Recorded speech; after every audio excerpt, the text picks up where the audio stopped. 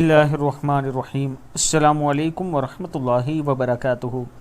عابد راجہ channel کی طرف سے آج میں اپنے دوستوں کو ایک بہت ہی پیاری دعا پڑھنا سکھاؤں گا۔ اس کے ساتھ میں اپنے دوستوں سے گزارش کروں گا کہ ایک یتیم بچہ جس کا نیا مکان میں شروع کرنے لگا ہوں، اس سے پہلے آپ دوستوں کی کوشش کی وجہ سے تقریباً 5 مکان ہم بنا چکے ہیں غریب لوگوں اور یتیم بچوں کے۔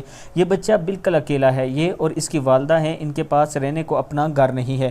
اگر آپ دوست ان کے ساتھ تعاون کرنا چاہتے ہیں تو میرا نمبر 0312500987 ہے۔